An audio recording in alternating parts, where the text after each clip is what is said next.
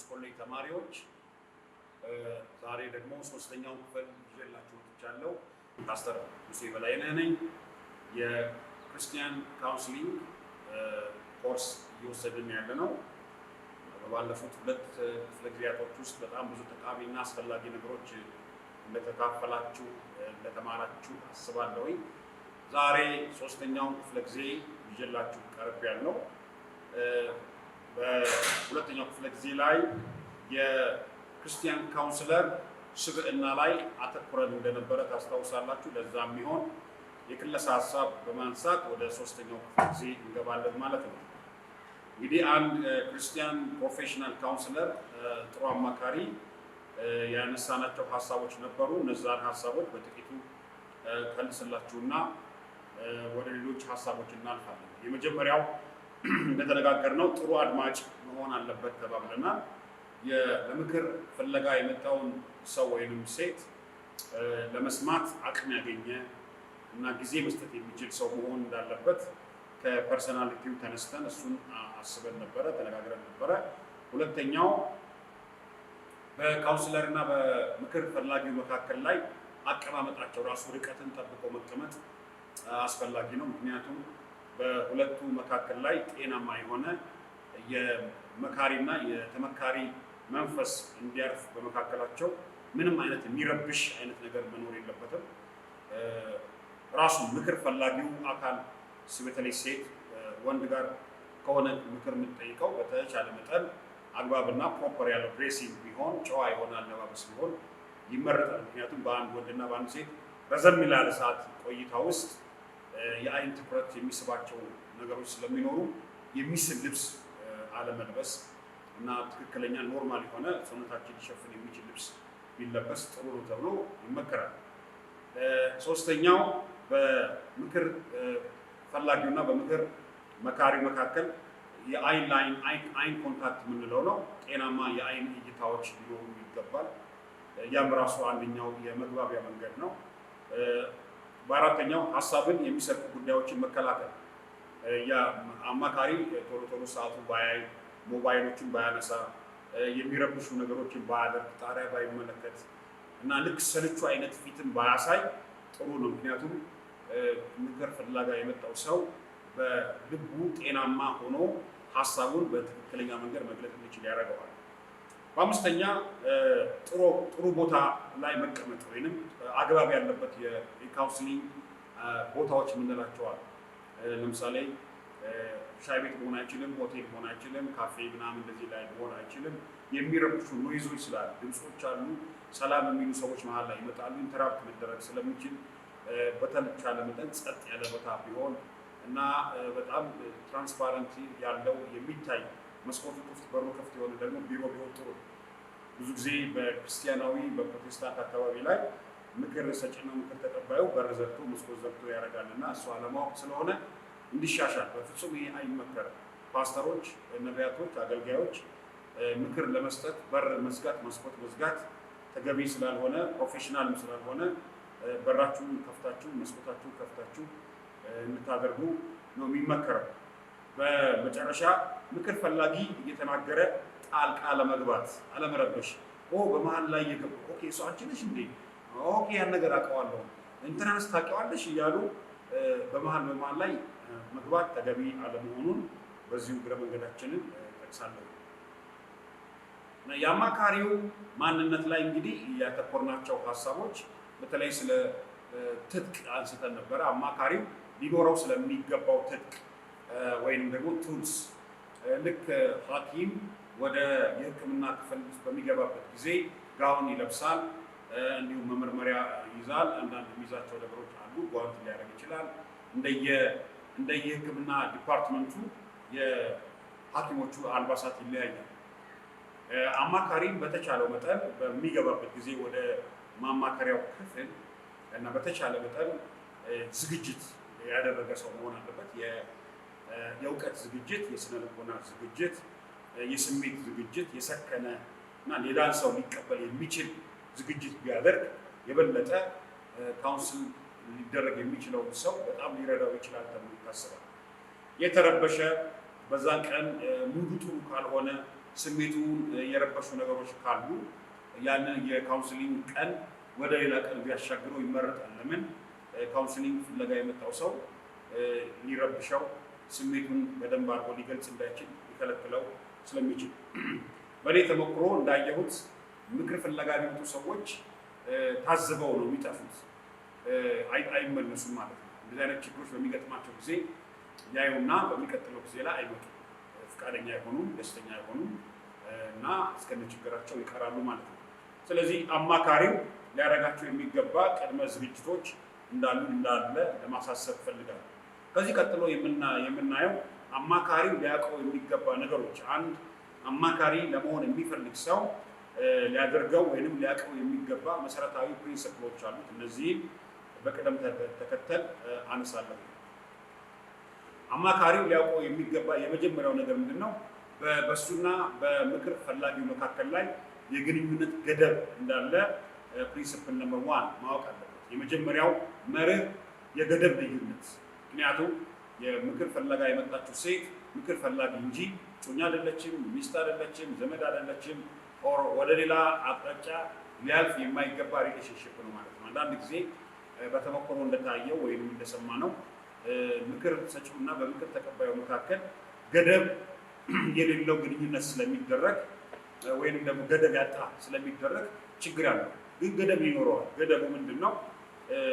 አንደኛ አማካሪ ነው፣ ምክር ተቀባዩ ደግሞ ምክር ተቀባይ ነው። እና እኔ ያለኝ ኤክስፒሪየንስ በዚህ ላይ ምንድነው? ካውንስሊንግ ፍለጋ ቢሮ ይመጡና ስልካቸውን ይሰጡናል፣ ካውንስል እናደርጋቸዋለን። ሚስትን ባልን በየተራው እናደርጋለን። ከዛ በኋላ የችግሮቹን አቅጣጫ መላክተን መፍትሄዎችን ሰጠናቸው ነው የምንለያየው። ከዛ በኋላ ግን ፐርሰናል ላይፋቸው ውስጥ እንድንገባ ይፈልጋሉ። መኝታ ቤት፣ ኪችናቸው ላይ እንድንገባ ይፈልጋሉ። ይሄ የካውንስለር ስራ አይደለም። እና ክርስቲያኑ ማህበረሰብ አካባቢ ካውንስለር ማለት ወይም አማካሪ ማለት በቃ ምን ልብላ፣ ምን ልጠጣ፣ አብሬው ልተኛ ነው፣ ትፈቅዳለህ ወይ፣ እንደዚህ እያለኝ ነው፣ እንደዚህ ስላለኝ ምን ላድርገው፣ እንዴት ይሻላል፣ ዛሬ ምን ማድረግ፣ እንደዚህ አይነት ነገር ውስጥ አማካሪ አይገባም። እና ይሄ ምን ማለት ነው? ግንኙነታችን ገደብ አለው ማለት ነው። በምክር ሰጪና በምክር ተቀባዩ መካከል ያለው ገደብ ምንድን ነው? ይመጣሉ ሰዎች በቦታ በጊዜ በሰዓት የተገደበ ነው። የአንድም ሰዓት የሁለትም ሰዓት ሊሆን ይችላል። ምክር ከተቀበሉ ሊሆን ይችላል። እንዳልኳችሁ ቸርች አካባቢ ያለው የካውንስሊንግ አገልግሎት ነው ብዙ ጊዜ ስርዓት ያጣ የሚሆነው። ፕሮፌሽናል ካውንስሊንግ ጋር ብንሄድ አንደኛ ከፍለንም ስለምንጠቀም በሰዓት ያስከፍላሉ። ፕሮፌሽናል ካውንስለሮች እንደየ ካውንስለሮቹ አይነት ነው የሚለያየው። 500፣ 1000፣ 1500 በዶላር ነው የሚያስከፍሉ አሉ። አሜሪካ፣ ካናዳ ውስጥ የሚገኙ ትልልቅ ፕሮፌሽናል ካውንስለሮች በክፍያ ስለሆነ እንትን አለው፣ ሰዓት አለ፣ ገደብ አለው ማለት ነው። እና እኛ ጋር ግን በጸጋና በመንፈስ ቅዱስ ላይ የተመረኮዘ የምክር አገልግሎት ስለሆነ አንዳንዴ 3 ሰዓት 4 ሰዓት ድረስ የሚሄዱ ነገሮችን አይቻለሁ እና ትክክል ነው ብዬ አላምንም። ስለዚህ እነዚህ ነገሮች መስተካከል አለባቸው። ሁለተኛው የአማካሪ ሊያደርጋቸው የሚገባ ወይም ሊያደርጋቸው የሚገቡ ነገሮች መካከል ምንድን ነው? ግንኙነት ኤኒ ታይም ሊቋረጥ ይችላል። ግንኙነቱ ማለት በካውንስለሩና ካውንስሊንግ ፈላጊ በሆነው አካል መካከል በፈቃደኝነት በማመን ራስን በማስገዛት ለውጥ ይመጣል ብሎ ያለ ነገር ከመቀበል አንጻር በመምጣት ስለሆነ የተደረገው ኤኒ ታይም ግንኙነቱን አልፈልግም፣ ከዚህ በኋላ አልመጣም፣ ይቅርብኝ ብለው ሊቋረጥ ይችላል እና ኖ ጀምረሻል፣ አስገዳጅ ኃይል የለም ማለት ነው። ስለዚህ አማካሪ ምክር ጀመረ ማለት የህይወት ዘመን ተከታይ አደረጋቸው ማለት አይደለም እና ኤኒ ታይም በካውንስሊንግ በፈላጊው አካል ሊቋረጥ እንደሚችል ማወቅ አለበት። ሁለተኛው አማካሪ ሊያውቀው የሚገባ ነገር ቢኖር ምንድነው? ጉዳዩን ወደ ሌላ ሰው ማስተላለፍ እንደሚቻል ማወቅ። ለምሳሌ አዲስ አበባ ካውንስል የሚያደርግ ሰው ቢኖር እና ያ ካውንስል የሚደረገው ሰው በስራ ምክንያት፣ በጤና ምክንያት፣ በተለያዩ ምክንያት ከአዲስ አበባ ለቆ ምናልባት ክፍለ ሀገር ቢሄድ፣ ምናልባት ውጭ ሀገር ቢሄድ እና ኬዙ ግን አዲስ አበባ ባለ አማካሪ የተያዘ ቢሆን እና ፈቃደኛ ከሆነ በሌላ አማካሪ ሊተካ ይችላል። እዛ አካባቢ ባለ ቅርቡ ባለ ጉዳዩን ሊረከብ በሚችል ሰው ሊረከብ ይችላል ማለት ነው። አንዳንድ ጊዜ ግን ምክር ፈላጊ ሰዎች ፈቃደኛ አይሆኑም። ለምሳሌ አዲስ አበባ ውስጥ እየመከራቸዋቸው ወይም እየጠቀማቸዋቸው ካሉ ናይሮቢ ለስራ ቢቀየር እና ናይሮቢ የሚገኝ አንድ የቤተክርስቲያን ፓስተር ወይም አንድ ካውንስለር እሱ የያዘ እሱ ቅርብ ስለሆነ ስትሏቸው ደስ አይላቸው። ሂስትሪያችን ሌላ ሰው እንዲያውቀው አንፈልግም፣ አንተ እንዳያስቀው ቀጥል እና ከአንተ ጋር መቀጠል እንፈልጋለን የሚሉ ሰዎች አሉ። ስለዚህ ያለ ምክር ፈላጊው ፈቃድ ትራንስፈር ማድረግ ትክክል አይደለም። ስለዚህ አማካሪ ምክር ፈላጊዎችን ማማከር አለበት። ዝም ብሎ የእነሱ ስልክ ሰጥቶ እንትና ያማክርሽ እንትና የያዝሽ ማለት ተገቢ አይደለም እና ይህንን አማካሪዎች ሊያውቁት ይገባል። ያለ ምክር ፈላጊው ፈቃድ የሰዎች ታሪክና ህይወት ስልክ ወደ ሌላ ሰዎች ሊተላለፍ አይገባም። ይህንን ማወቅ አለበት ማለት ነው። አራተኛው አማካሪ ሊያውቀው የሚገባ ነገር ቢኖር ምንድን ነው? ግንኙነቱን በፍቅርና በመከባበር ስሜት መቀጠል ነው ያለበት። በመከባበር ስንል ምን ማለታችን ነው? በሁለቱ መካከል በምክር ሰጪውና በምክር ተቀባዩ መካከል የሚኖረው ፕሮፌሽናል ስራ ስለሆነ ጤናማ የሆነ ስማይል ፊቱን በማሳየት እና ሲመክር ሲናገርም ፍቅርን፣ ምህረትን፣ ቸርነትን የተሞላ ልግሳን የተሞላ እና ደስተኛ የሆነ ፊትን እያሳየ የሚመክር ሰው መሆን አለበት። ይህንን ካላደረገ የሆነ በጣም ወታደራዊ ፊት ኖሮት የሚቆጣ ፊት ኖሮት በጣም ጥሩ ያልሆነ ፊት ኖሮት ምክር ለመስጠት ቢሞክር ምክር ተቀባዩ ሊጨነቅበት ስለሚችል አማካሪው ወደ ምክር አገልግሎት ከመግባት በፊት ይህን ነገር ማወቅ አለበት። ስለዚህ ካውንስለር መሆን የምትፈልጉ ወይም የካውንስለር ኢንተረስት ያላችሁ የካውንስለር ዝንባሌ ያላችሁ ሰዎች ቀድማችሁ ልታውቁት የሚገባ አራተኛው ፕሪንሲፕል ይሄ ነው። አምስተኛው አማካሪ ወጥ ባህሪ ሊኖረው ይገባል። ማለት ዛሬ ያገኘውን ምክር ፈላጊ የሆነውን አካል በሚቀጥለው ጊዜ ደግሞ ሲያገኘው ሙዲ መሆን የለበትም፣ ተለዋዋጭ መሆን የለበትም። አንድ ጊዜ የሚያኮርፍ፣ አንድ ጊዜ ደስ የሚለው፣ አንድ ጊዜ የሚስቅ፣ አንድ ጊዜ የሚናደድ፣ አንድ ጊዜ ዝም የሚል፣ አንድ ጊዜ እንደዚህ አይነት ኮንሲስተንት የሆነ ትክክለኛና ጤናማ የሆነ ባህሪ እና በተቻለ መጠን እንደው ስማይል ፊት ሁሌ በቋሚነት ስማይል ፊት ማሳየት እና ምክር ከመጀመር በፊት መጸለይ፣ ከዛ ለምክር ለፈለገው ሰው እድል መስጠት፣ ጊዜ መስጠት፣ ከዛ ጤናማ የሆኑ ነገሮችን ለመጠቆም መሞከር፣ ይሄ ኮንሲስተንት የሆነ የአማካሪ የአምስተኛው ሊያውቀው የሚገባ ጉዳይ ነው። ስድስተኛ አማካሪ ሊያውቀው የሚገባ ነገር ቢኖር ምንድነው? ተስፋ መቁረጥ የለበትም። ተስፋ የሚያስቆርጡ ኬዞች ሊገጥሙ ይችላሉ። ተስፋ የሚያስቆርጡ ኬዞች ደክመ ፍሬህን ውጤትን እንዳታይ የሚያደርጉ ወይም ደግሞ አማካሪው እንደሚላቸው ሰዎች ላያደርጉ ይችላሉ። የሚሰጣቸውን ፕሪንሲፕሎች የሚሰጣቸውን መርሆች እንደዚህ አድርግ እንደዚህ አታርጉ የሚላቸውን ልክ እንደ ሐኪም የሚሰጣቸውን ፕሪስክሪፕሽን ያንን ነገር የማይቀበሉ ነገር ግን በራሳቸው መንገድ እየሄዱ ጉዳያቸውን እያባባሱ መልሰው ወደ ካውንስለር የሚመጡ ሰዎች ሲመጡ በዛ ሰዓት አማካሪ ዲስአፖይንትድ መሆን የለበትም፣ አፕሴት መሆን የለበትም፣ ኢምባራስድ መሆን የለበትም፣ መጨነቅ ስሜቱ መረበሽ የለበትም። ይሄ ይገጥማል አሉ። እንደዚህ አይነት ነገሮች ገጥሞኝ ስለሚያውቁ ማለት ነው። ደክማችሁ ለፍታችሁ ረጅም መንገድ ተጉዛችሁ ነድታችሁ ረጅም ሰዓት አናግራችሁ ብዙ ወጪ አውጥታችሁ ጊዜ ገንዘብ የሚባል ነገርን አጥፍታችሁ ነገር ግን ሰዎች ነገሮቻቸውን ላለመቀየር ወይም ደግሞ እንደኛ በመሆን ወይም ደግሞ ኢግኖራንት በመሆን ለጉዳዩ አቴንሽን ባለመስጠት ሲያደርጉ ይታያል እና በዛ ሰዓት ላይ አማካሪ ሊያውቀው የሚገባ ነገር ቢሆን ምንድን ነው? ኤክስፔክትድ ነው በቃ። ስለዚህ ያን ነገር በጽናት መከታተል፣ ተስፋ አለመቁረጥ፣ ይህን ነገር በሚገባ አማካሪው ሊያውቅ ይገባል እና ሌላው ደግሞ ስሜታዊ ምላሽ አለማሳየት ማለት አንዳንድ ጊዜ ግምታዊ የሆኑ ነገሮች በምክር ፈላጊ ሰዎች መስጠት በጣም ዴንጀረስ አደጋ ነው። ይሄ ነገር ይመስለኛል እንደዚህ ሊሆን ይችላል፣ በዚህ ገብቶ በዛ ወጥተው ብለን የምንሰጣቸው የአይምሮ ሃይፖቴሲሶች፣ ዝም ብሎ ሀሳቦች፣ ግምታዊ መለኪያዎች በጣም አስጨናቂና በኋላ ላይ ደግሞ ውጤታቸው መጥፎ ይሆናል። ስለዚህ ማሰብ፣ ጊዜ መውሰድ፣ በጣም ማጥናት፣ ረጅም ሰዓት በጉዳዩ ላይ ጥንቃቄ አድርጎ መወሰን አማካሪው ሊያውቀው የሚገባ ሌላ ጉዳይ ነው። በተጨማሪ ያልገባውን እንደገባው አድርጎ እንዳይቀበል ማለት ተረድተኸዋል ወይ ሲለው ታሪኬን አልተረዳውም ቢለው ኃጢአት አይሆንም እና ልክ እንደገባው ሰው ግን አንገቱን እየነቀነቀ የስ እያለ የሚያሳልፍ ከሆነ በኋላ ላይ ምክር ፈላጊው ሰው ውጤት በሚፈልግበት ጊዜ የተሳሳቱ ውጤቶች፣ የተሳሳቱ መድኃኒቶች ይሰጣሉ። ምን ማለት ነው? ለዶክተሩ ለሐኪሙ ማለት ነው።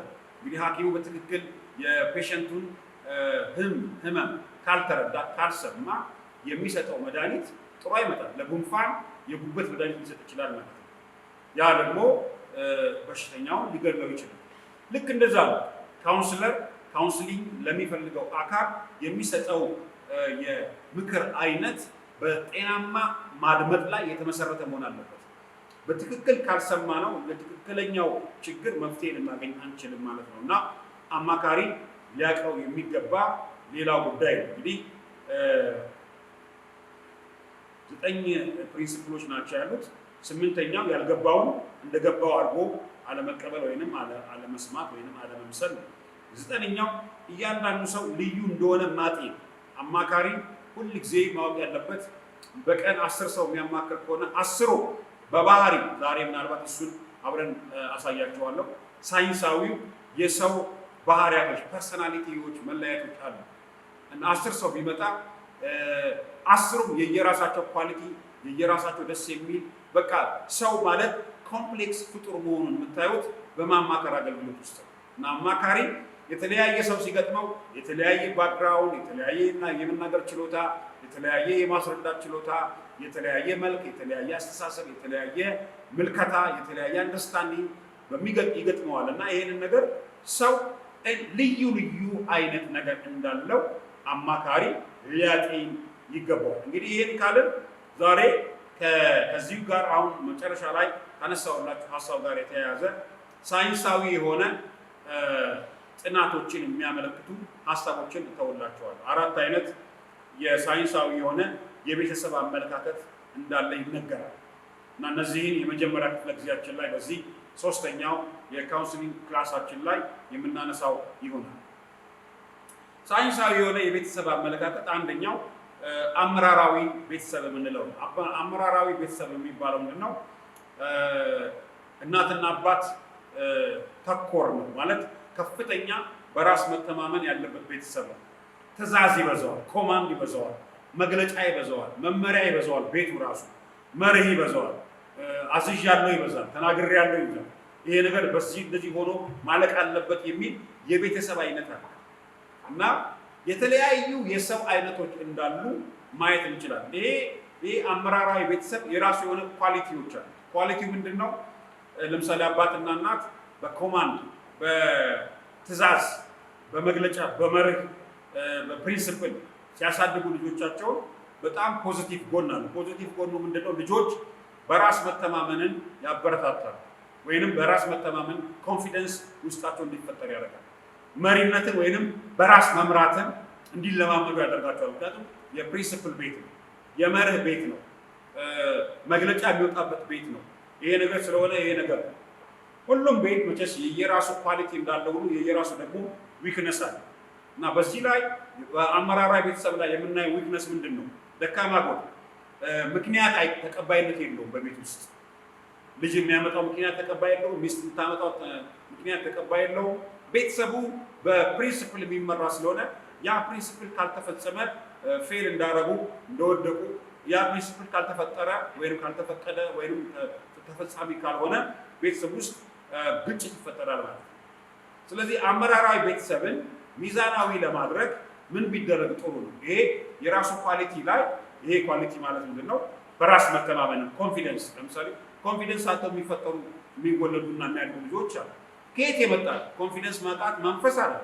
ነገር ግን አስተዳደግ ላይ አመራራዊ ቤተሰብ ውስጥ ያላደገ ለምሳሌ በግምት አማራጭ በይመስለኛል አስተሳሰብ ውስጥ የሚያድጉ ልጆች ብዙ ጊዜ ኮንፊደንስ አይኖራቸውም። መወሰን አይችሉም። ምንም ነገር መወሰን አይችሉም። መኪና እየነዱ የሚሄዱበት ያወላውላሉ፣ እየሄዱ ያወላውላሉ፣ እያሰቡ ያወላውላሉ፣ እየተፈተኑ ያወላውላሉ፣ እየተናገሩ ያወላውላሉ እና ወላዋይነት ድንገት የሚፈጠር ቅጽበታዊ ነገር ሳይሆን በቤተሰብ ውስጥ በአስተዳደግ በኩል የሚመጣ ነው። ስለዚህ በካውንስሊንግ ይሄ ሊረዳ ይችላል። እንዴት ነው የሚረዳው? አመራራዊ ቤተሰብ ወይንም ሊደርሽፕ ተኮር ቤተሰብ ኳሊቲው ጥሩ ነው፣ ቆንጆ ነው፣ ኮንፊደንስን እንትን ይላል፣ ዳይሬክቲቭ ነው፣ መምራት ይወዳል፣ አቅጣጫ መያዝ ይወዳል፣ ነገር ግን ሪዝንን ይጠላል፣ ምክንያትን ይጠላል። ይሄ ነገር ያልሆነው ይሄ እኮ ስለሆነ ነው የሚለውን ነገር መቀበል አለበት። ምክንያቱም ሰዎች ነን። ሰዎች ምክንያት ወረፋ አይኖረንም እንጂ አንድን ነገር ለማድረግ ምክንያቶች እየፈጠርን ለዛ ነገር መሰናከል አንፍጠር እንጂ ለምናመጣቸው ነገሮች ሁሉ ግን ሪዝን ሊኖረን ይችላል። ችግሮች ሊገጥሙን ይችላል። ለችግሮቻችን የምንሰጠው ሪዝን አስፈላጊ፣ ጠቃሚ፣ ውጤታማ ሊሆን ይችላል እና ሪዝንን ባላንስ እናደርግ። ሪዝንን ቤተሰብ ውስጥ ቤተሰባዊ አመራራዊ ቤተሰብ ሪዝንን የያዘ ምክንያታዊነትን የያዘ ቤተሰብ ቢሆን ይመከራል። ስለዚህ በዚህ ላይ ካውንስሊንግ የሚያስፈልገው ምክር የሚያስፈልገው ምንድን ነው? በዚህ ምክር የሚያስፈልገው በደካማ ጎኑ ምክንያታዊነት ያጣ ቤተሰብ እንዳይሆን ምክንያት ያለው በምክንያት ላይ የተመሰረተ ቤተሰብ እንዲሆን ሊበረታታ ይገባዋል። ሌላው ከዚህ ቀጥሎ የምንመለከተው ግንኙነታዊ ቤተሰብ ደግሞ አለ። ሪሌሽናል ፋሚሊ ይባላል። በጣም ሪሌሽን ላይ በቃ አባትና እናት ወይንም ባልና ሚስት ኢንጆይ ማድረግ ይወዳሉ፣ ሶለሬ መሄድ ይወዳሉ፣ ከተማ ለከተማ የተለያዩ ቱር ማድረግ ይወዳሉ፣ በጣም ካፌ ይዞራሉ፣ ሆቴል አብረው ይበላሉ። በጣም ሪሌሽናቸው ሪሌሽናል ነው። በጣም ግንኙነታዊ ቤተሰብ ነው ማለት በዚህ ቤተሰብ ውስጥ ምንድነው መለየት እስከማትችሉ ድረስ በቃ በፍጹም እሷ አለች ከተባለ እሷ አለ፣ እሷ አለ ከተባለ እሷ አለ፣ እነሱ አሉ ከተባለ ልጆቹ አሉ እና ወላጆች ከቤተሰባቸው ጋር የሚኖራቸው ጥልቅ ግንኙነት ያለባቸው ፋሚሊዎች አሉ። በጣም ኢንቲሜት ይሆኑ፣ ቁርስ አብሮ የሚበሉ፣ ምሳ አብሮ የሚበሉ፣ ራት አብሮ የሚበሉ እና ያንን ነገር ማጣት ማለት በጣም የሚጎዳቸው ስሜታቸውን የሚረብሻቸው የቤተሰብ አይነት ነው እና በመካከላቸው ላይ አብሮ የመኖር እነዚህ ጋር ያለው ነገር አብሮ የመኖር ህይወታቸው ጠንካራ የሆነ ነው እና ይሄኛው ብርቱ ጎኑ ምንድን ነው? ልጆች እና ቤተሰቦች ናፋቂ ፍቅር ማዕከላቸው ላይ ሆነ ሪሌሽናቸው ጠንካራ የሆነ መዋደድ ላይ፣ ቤተሰባዊነት ላይ፣ መያያዝ ላይ፣ መነካካት ላይ፣ አብሮ መኖር ላይ፣ አብሮ ማደግ ላይ ትኩረት ያደርጋል። በፍጹም ሰው ማጣት አይሆንላቸውም። አንድ ሰው ካመሸ በጣም ይጨነቃል። ይሄ በጣም ቆንጆ ኳሊቲ ነው። ማህበራዊ ሴታቸው ጠንካራ ነው። ይረዳዳሉ፣ ለተቸገረው ይሰጣሉ። እህትና እህት ከሆነ ወንድምና ወንድም ከሆነ የአክስት ልጅ አጎት ልጅ ከሆነ ፋሚሊ ውስጥ በተለይ የመረዳዳት የመተጋገዝ ባህልን ይገነባል። ደካማ ጎን ደግሞ የሚባለው ይሄ ምንድን ነው? ሀሳባቸውን ቶሎ ቶሎ ይቀያይራሉ። የትኩረት ችግር አለባቸው። ግንኙነታዊ ቤተሰብ ላይ የትኩረት ችግር የሚኖራቸው ምንድን ነው? ሞር ዲፔንደንት ስለሚሆኑ ልጆች በወላጆቻቸው ላይ በአባትና በእናት ላይ ስለሚመሰረቱ እነሱን ያጡ ቀን አየሩ ጥሩ አይሆንም፣ ቀኑ ጥሩ አይሆንም፣ ይከፋቸዋል እና ስሜታቸው ይረበሻል። በአንድ ጊዜ ዲፕረስድ ይሆናሉ፣ ስትረስ ይሆናሉ። ይሄ ሊሻሻል ይገባዋል።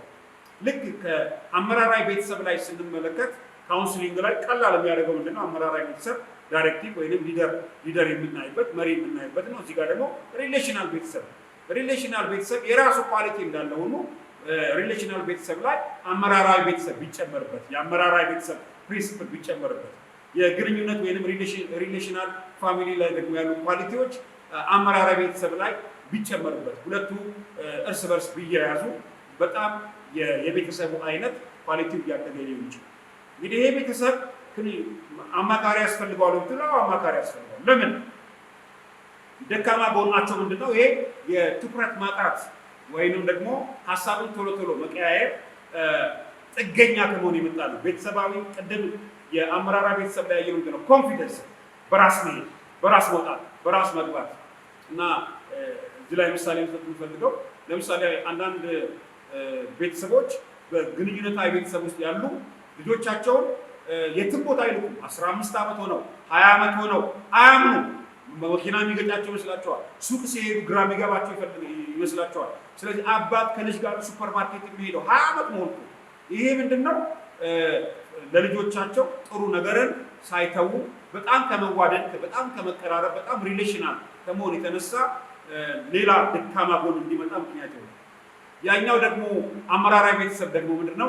ሂድ ትምህርትን ተምረና ታክሲ ይሰጠዋል፣ ሄዶ ይመጣል፣ ጉሊት ሰርቶ ይመጣል፣ የተለያየ ሱቅ የተለያየ ማርኬት በ15 ዓመቱ በ16 ዓመቱ የተለያየ ሩቅ ሀገር ሄዶ እንዲመጣ ያደርገዋል። ኮንፊደንስ እንዲኖረው ያደርጋል። ወጥቶ መግባት እንዲችል ያደርገዋል። ይሄ በጣም ትልቅ ኳሊቲ ነው እና ሁለቱ ቢተጋበሩ ቢያያዙ በጣም ጠቃሚ ይሆናል። ሶስተኛው ደጋፊ ቤተሰብ ወይንም ሰፖርቲቭ ፋሚሊ የምንለው ነው። ይሄ ደግሞ ሁሉንም ነገር ማገዝ ነው። በቃ ይሄ ምንድነው ትኩረት አለው። ትኩረቱ ፋሚሊው ላይ ነው እና ኢንቨስት ያደርጋል። አብዛኛው ነገር ምንድነው ሰፖርቲቭ ነው። መደገፍ መደገፍ መደገፍ እና በራስ ተማምኖ እንዲቆም አያደርግም። እንግዲህ ይሄ የሚነግረን ነገር አለ። ራሱ ኳሊቲው ጥሩ ነው። መደገፍ አስፈላጊ ነው። ሀሳብ በሀሳብ መደገፍ፣ በገንዘብ መደገፍ፣ አካላዊ መደገፍ፣ የስሜት መደገፍ፣ ማንኛውንም ነገር መደገፍ። ነገር ግን ቤተሰብ ውስጥ ያሉ ልጆች ካደጉ በኋላ ወደ ትዳር በሚገቡበት ጊዜ ከሚገጥማቸው አንደኛው ደካማ ጎን ነገር ቢኖር ምንድነው? ጥገኝነት ውስጣቸው ስለሚኖር ኮንፊደንስ አይኖራቸውም። ስለዚህ ሚስት ምንም ነገር መወሰን አትችልም እና ለምንም ነገር ምርጫ የምትሰጠው ለባሏ ነው። ባሏ በወሰነው ትናገራለች፣ ባሏ በወሰነው ትራመዳለች። ለባል የሚወስን ሀሳብ ማቅረብ አትችልም፣ ለልጆቿ መወሰን አትችልም። ይሄ ደጋፊ ሁልጊዜ ደጋፊ ሀሳብ እኔ አስቤያለሁ። የራሱ የሆነ ጥሩ ጎን አለው። ነገር ግን መልካም ያልሆነ ጎን ምንድነው? ፈሪና በራስ መተማመን እንዲጠፋ ያደርጋል። ፈሪ ያደርጋል። መልካም ጎን ምንድነው? ልጆች በበቂ ነገር ውስጥ ጠንካራ መያያዝ ኖሯቸው እንዲያድጉ ያደርጋቸው። ስለዚህ የካውንስሊንግ አገልግሎት የአመራራዊ ቤተሰብ ከእንደገና ደግሞ የግንኙነት ቤተሰብ የሚባል አለ። ሶስተኛው ደግሞ ደጋፊ ቤተሰብ አለ። ደጋፊ ቤተሰብ ሞር ኦፍ የሚያምነው በምንድን ነው? ፋይናንስ ነው። እዚህ ውጤት ባይመጣልሽ ህንድ አስተምርሻለሁ፣ እዚህ ውጤት ባይመጣልሽ ቻይና አስተምርሻለሁ። ይሄ የራሱ የሆነ ኮንፊደንስን ልጅቷ ጥሩ ቤተሰብ እንዳላት እንድታስብ ያደርጋል። ደጋፊ ቤተሰብ ግን ሰነፍ ያደርጋል። ግን ውጤታማ አያደርግም። በራስ ተማምና ሰርታ ዩኒቨርሲቲ እንድትገባ አያደርግም። ምክንያቱም ውጤት ባይመጣ ችግር የለም፣ ማትሪክ ባይመጣ ችግር የለም፣ ሪፍት ቫሊ እገባለሁ፣ የግል ዩኒቨርሲቲ እገባለሁ፣ አባቴ ቻይና ይልከኛል፣ አባቴ ቱርክ ይልከኛል። ሰፖርቲቭ ነው። ድጋፍ ላይ የተመሰረተ ነው። ገንዘብ አለን፣ ይሄ ነገር አለን ላይ የተመሰረተ ነው። ስለዚህ ይሄ በጣም መስተካከል የሚገባው የቤተሰብ አይነት ነው ማለት ነው። እና መጨረሻ ያለው ምንድነው? ፍጹም ነገር ፈላጊ ቤተሰብ የሚባለው። ፍጹም ነገር ፈላጊ ቤተሰብ የሚባለው ቤቱ ፐርፌክት ነው። መኝታ ቤቱ ፐርፌክት ነው። ሳሎን ፐርፌክት ነው። ኪችን ፐርፌክት ነው። ምንም ነገር የወደቀ ነገር ምንጣፍ ላይ ራሱ የሚገርማችሁ የወደቀ ትንሽ የወጥ ከለር እንኳን ሲያዩ የሚናደዱ ሰዎች ሁሉ አሉ። እነዚህ ፍጹም ነገር ፈላጊ ቤተሰቦች ይባላሉ። በእያንዳንዱ ነገር ላይ ማየት የሚፈልጉት ፐርፌክት ነገር ነው። ቀለሙ ላይ የግድግዳው ቀለም ያናድዳቸዋል፣ በሩ ያናድዳቸዋል፣ ቤቱ፣ ውሻቸው፣ ድመታቸው እና አንዳንድ ጊዜ ፋሚሊ ውስጥ ያለው የግጭት ደረጃ ላሳያቸው። ባልና ሚስት ሲጣሉ ብስጭታቸውን አንዳንድ ጊዜ የሚወጡበት መንገድ አለ። ለምሳሌ ባል መስሪያ ቤት ከሆነ ተጋጭቶ የመጣው ሚስት ላይ ነው የሚጮኸው፣ ሚስት ደግሞ ልጆች ላይ ነው የሚጮሁት፣ ልጆቹ ደግሞ የሚጮሁት ድመትና ውሻ ላይ ነው የሚጮሁት። ድመታቸውን በካልቾ ይመጣሉ፣ ውሻቸውን በካልቾ ይመጣሉ፣ ይናደዳሉ። ምክንያቱም አባታቸው ያንጸባረቀው ሚስቱ ላይ ነው፣ ሚስቱ ደግሞ ልጅ ላይ ነው ያንጸባረቃቸው፣ ልጆች ደግሞ ድመት ላይ ነው ያንጸባረቁት ወይንም ውሻቸው ላይ ነው ያንጸባረቁት። ሁሉም መተንፈሻ ይፈልጋል ማለት ነው። በቃ የሚተነፍስበት። ይሄ እንግዲህ ፍጹም ነገር ፈላጊ ቤተሰብ የሚባለው ምንድን ነው? በዚህ ቤተሰብ ውስጥ መሳሳት አይፈቀድም። በዚህ ቤተሰብ ውስጥ ሚስቴክ አይፈቀድም እና በጣም አደገኛ ቤተሰብ ነው። ፐርፌክሽኒስት የሆኑ ሰዎች አሉ፣ ምንም ነገር የማያረካቸው ራሱ አንዳንድ ቦታ ላይ ሰራተኞቻቸውን የሚያደርጉ ይሄንን ቀይረው ይሄን የተቀየረው አያረካቸው፣ ሌላም የሚቀየረው አያረካቸው፣ በቢጫ የተሰራው አያረካቸው፣ በቀይ የተሰራው አያረካቸው፣ በቡኒ የተሰራው አያረካቸው፣ በጥቁር የተሰራው የሰውን ኳሊቲ ወይም የሰውን ሙከራ አፕሪሼት አያደርጉ። ፐርፌክት ነገር ካልመጣ ደስ የማይላቸው የቤተሰብ አይነቶች አሉ። እነዚህ አይነት ቤተሰቦች ፍጹም ነገር ፈላጊ ይባላል። መልካም ጎኑ ምንድን ነው? ትጋትና ጥንካሬ ያለው ልክ ነው። ቆንጆ ነገር ለማግኘት ይሞከራል። ደካማ ጎኑስ? ፍጹምነትን መፈለግ በምድር ላይ ፍቅር እንድናጣ፣ ምህረት እንድናጣ ያደርገናል። ይሄ እንግዲህ ዛሬ መደምደሚያ የሚሆነን አራተኛው ክፍለ ጊዜ ትምህርት ነው። በዚህ የአራቱ የቤተሰብ አይነት ላይ ካውንስሊንግ እንዴት እንደሚያስፈልግ ጠቁሜ የዛሬን ክፍለ ጊዜ አበቃለሁ ማለት ነው። ቅድም እንደተናገርኩት በመጀመሪያው የቤተሰብ አይነት አመራራዊ ቤተሰብ ላይ ደካማ ጎን አለ፣ ብርቱ ጎን አለ። አመራራዊ ቤተሰብ በጣም አስፈላጊ ነው። መሪ የሆነ ነው። ነገር ግን መሆን የሌለበት ምንድነው? ዲክታተር መሪ መሆን የለበትም። የአንዳንድ ትዳሮች የመፍረሳቸው ምክንያት ባል ዲክታተር ነው። በቃ እኔ ያልኩት መፈጸም አለበት፣ እኔ ያልኩት ብቻ መሆን አለበት፣ የእናንተን ነገር አልሰማም፣ በቃ እኔ ብቻ ነኝ ትክክል ብሎ የሚያስብ ከሆነ ቤቱን ያፈርሰዋል። ስለዚህ በአመራራዊ ቤተሰብ ላይ ልክ ነው፣ ባል ወይንም ሚስት የመምራት ኃላፊነት አለባቸው። አደራቸው ነው፣ ስጦታቸው ነው፣ ትዳራቸው ነው፣ ቤተሰባቸው መምራት ተገቢ ነው። ነገር ግን እኛ ስንመራ ብቻ ነው ትክክል የሚሆነው ብቻ ብለው ደግሞ ካሰቡ ትክክል ስለማይሆን ይህንን በምክር አገልግሎት ሲደገፍ ምንድን ነው የምናደርገው? ባላንስ ማድረግ፣ የሌለውን ነገር ማግኘት፣ የሌለውን ነገር መጨመር ያስፈልጋል። ልክ ለምሳሌ አመራራዊ ቤተሰብ ላይ የጎደለው ምንድን ነው? ግንኙነታዊ ባህሪ ይጎለዋል፣ ሪሌሽናል ይጎለዋል። ሪሌሽናል መሆንን ወይም ግንኙነታዊ ባህሪን በአመራራዊ ቤተሰብ ውስጥ እንደ ቅመም ብንጨምሩበት ጣፋጭ ይሆናል። በግንኙነታዊ ቤተሰብ ውስጥ ደግሞ ለምሳሌ ደጋፊ ቤተሰብ ያለውን ኳሊቲ ቢጨምሩበት ቆንጆ ነው። በደጋፊ ቤተሰብ ውስጥ ደግሞ እንዲሁም ደግሞ ጥሩ ነገር መፈለግ። ምክንያቱም ደጋፊ ቤተሰብ ብር ስላለ ችግር የለም፣ ስህተት ይፈቀዳል፣ እንደፈለጋችሁ ሆኑ የሚል ስብዕናን እንዳይገነቡ ኖ በፍጹም መትጋት አለባችሁ፣ መድከም አለባችሁ የሚለውን ደግሞ ፍጹም ነገር ፈላጊ ቤተሰብን ላይ ያለውን ቅመም ይጨምራል። ፍጹም ነገር ፈላጊ ቤተሰብ ላይ ደግሞ መጨመር ያለበት ምንድን ነው? ግንኙነታዊ የቤተሰብ ቅመምን ብንጨምርበት።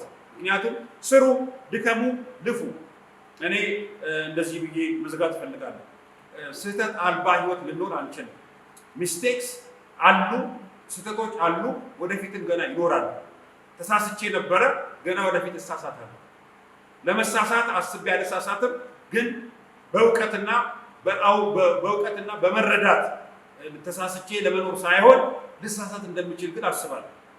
እኔ ትምህርት ቤት ልጆቻችንን ስንልክ አንድ ኤግዛምፕል መጠቀም እፈልጋለሁ።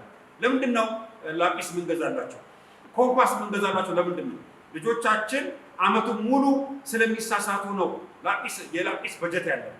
ለልጄ 2 ላጲስ 3 ላጲስ የምገዛው አመቱን ሙሉ ትሳሳቻለሽ፣ ስለዚህ አጥፊ ነው። ሚስቴክ ወይም ስህተቶች ከሰው ህይወት ሊጠፉ አይችሉም። ስለዚህ የምክር አገልግሎት ስህተት አልባ ህይወትን ሳይሆን ስህተት ያለበትን ህይወት ለመርዳት የተፈጠረ አገልግሎት ነው። በቸርች አካባቢ ላይ ያየሁትን አንዳንድ ደካማ ጎኖች ጠቁሜ ላብቃ። ፐርፌክት የመሆንን ማንም ስህተታችን እንዲያቀብን አንፈልግም። ደካማ ጎናችን እንዲያቀብን አይፈልግም። ወይንም አንዳንድ ሰዎች እሺ አይረትም፣ ሪጂድ ናቸው። እኔ ያልኩት ትክክል፣ እኔ የማሰቡት ትክክል፣ እኔ የተማርኩት ትክክል፣ እኔ የምናገረው ትክክል፣ የሌላውን ሀሳብ ለመቀበል አለመቻል ስንፍና፣ ከባድ ድካም፣ ሌላውን ለመቀበል አለመቻል፣ ልበ ሰፊ አለመሆን፣ ከሌላው ለመስማት ፈቃደኛ አለመሆን። ከሰሙ በኋላ ግን ይላል፣ ከሰሙ በኋላ ልክ ነው፣ ጥሩ ሀሳብ ነው፣ ነገር ግን ደግሞ ይላል። ይሄ ጥሩ ኳሊቲ አይደለም። የሰዎችን ሀሳብ እንደ ኢንፑት መቀበል አስፈላጊ ነው። ለዛሬ እንግዲህ ሶስተኛው ክፍለ ጊዜያችን ላይ አንድ አማካሪ ምን አይነት ባህሪ፣ ምን አይነት ህይወት፣ ምን አይነት አቋም፣ ምን አይነት ስብዕና እንደሚገነባ አሳይቻቸዋለሁ። እንዲሁም ደግሞ 4 አይነት ቤተሰብ ሳይንሳዊ ሀሳብን የሚያራምዱ ሳይንሳዊ አስተሳሰብና ትምህርት ያላቸውን ወይንም የቤተሰብ ነጸብራቃዊ ነገሮችን በ4ቱ መንገዶች ተመልክተናል። ይሄንን እንግዲህ በተመለከተ እንድታጠኑት እንድታስቡበት ከዚህ በላይ አሳስባለሁ። በ4ኛው ክፍለ ጊዜ ላይ እንደዚሁ እነዚህ 4 የቤተሰብ አይነቶች በ4 አይነት ሳይንሳዊ በሆነ የሰው ፐርሰናሊቲ ይገለጣሉ። እነዛን በኋላ ላይ አነሳለሁኝ። ለመንደርደሪያ የሚሆኑ በስነ ልቦና በስነ መለኮትም በተለያዩ ሀሳቦች ላይ የሚነሱ ሀሳቦች ናቸው። እንግዲህ ሰው የተለያየ ባህሪ ነው ያለው፣ የተለያየ አቋም ነው ያለው፣ የተለያየ ህይወት ነው ያለው፣ የተለያየ ፐርሰፕሽን ነው ያለው፣ የተለያየ ግንዛቤ ነው ያለው፣ የተለያየ የአይኪው ደረጃ ነው ያለው፣ የተለያየ ትኩረት ነው ያለው፣ የተለያየ ተፈጥሯዊ ችሎታ ነው ያለው። ያንን የተለያየ የሰው ህይወትና አኗኗር ምን ማለት ነው? ተግባቢና ተመጣጣኝ አድርጎ ለማስኬድ የምክር አገልግሎት ያስፈልጋል። ሁሉን ሰው ጨፍልቆ በአንድ ዕቃ ውስጥ በአንድ ነገር ውስጥ ለማስገባት መሞከር የስህተቶች ሁሉ ስህተት ነው። ይህንን በእኛ ሀገር ላይ ብዙ ጊዜ ሲባል ሰምቻለሁ። እግዚአብሔርም አንድ እንድንሆን ሳይሆን ይጠራል፣ አንድ አይነት እንድንሆን ሳይሆን ይጠራል፣ አንድነት እንዲኖረን። አንድ አይነት ልንሆን አንችልም። በቃ እኔ ሙሴ የራሴ ኳሊቲ ያለኝ፣ ሳምባዴ የራሱ ኳሊቲ ያለው፣ ሚስተር ኤክስ የራሱ ኳሊቲ ያለው፣ የራሴ ዊክነስ አለኝ፣ የሚስተር ኤክስ የራሱ ዊክነስ አለው። እነዛን ዊክነሶቻችንን ቀንሰን ስትሬንግዛችንን ሼር እያደረገን እንኖራለን እንጂ ሁላችንም እንደ ሚሊተሪ ቤት ተመሳሳይ የሆነ ቅጠልያ ልብስ በመልበስ ህይወታችን፣ አስተሳሰባችን፣ ባህሪያችን ሊቀጥል አይችልም። ራሱ ዲፍረንሳችን፣ የሀሳብ የከለር ልዩነታችን፣ የአመለካከት ልዩነታችን ሁሉ የሚያመለክተው ምንድን ነው? ውበታችን ነው። እግዚአብሔር የተመሰገነ ይሁን። ሪክ ዋረን የተባለው የፐርፐስ ድሪቨን ላይፍ ጸሐፊ ምን ይላል? ሁላችንን እግዚአብሔር በተለያየ መልክና በተለያየ ባህሪ በተለያየ የአሻራ ቅርጽ ነው የፈጠረን። እኛ ራሳችን አንድ ሰው በምድር ላይ አልተደገመም። እሱ ለእግዚአብሔር ዩኒክ ነው። ስለዚህም የእግዚአብሔር ቃል እንደዚህ ይላል፣ ውብና ድንቅ አድርገህ ስለፈጠርከኝ አመሰግናለሁ። አም ዩኒክ ያደረገኝ እግዚአብሔር እኔ ላይ ያስቀመጠው ኳሊቲ ነው። ማንም ሰው የሌለው እኔ ውስጥ ያለ አለ። ያ ግን ሌላ ሰው ውስጥ ደግሞ እንዲሁም ደግሞ እኔ ጋር የሌለ ደግሞ ኳሊቲ ሌላ ሰው ውስጥ እንዳለ እንዳስብ ያደርገኛል። ስለዚህ እንግዲህ ይሄንን የትምህርት ክፍለ ጊዜ ዛሬ በዚህ ያበቃለሁኝ። እግዚአብሔር ይባርካችሁ። መልካም ጊዜ። ሻሎም